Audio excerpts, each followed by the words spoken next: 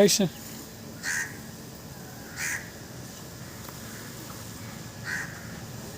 నమస్కారం అండి.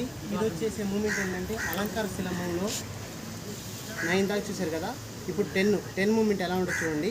Basic 10 moment ఎలా ఉంటుంది చూడండి. ఇక్కడ నుంచి ఇలా వచ్చారు కదా, ఇలా మూమెంట్ హెడ్ మీద తీసుకొని నెక్స్ట్ ఇలా చూశారు కదా.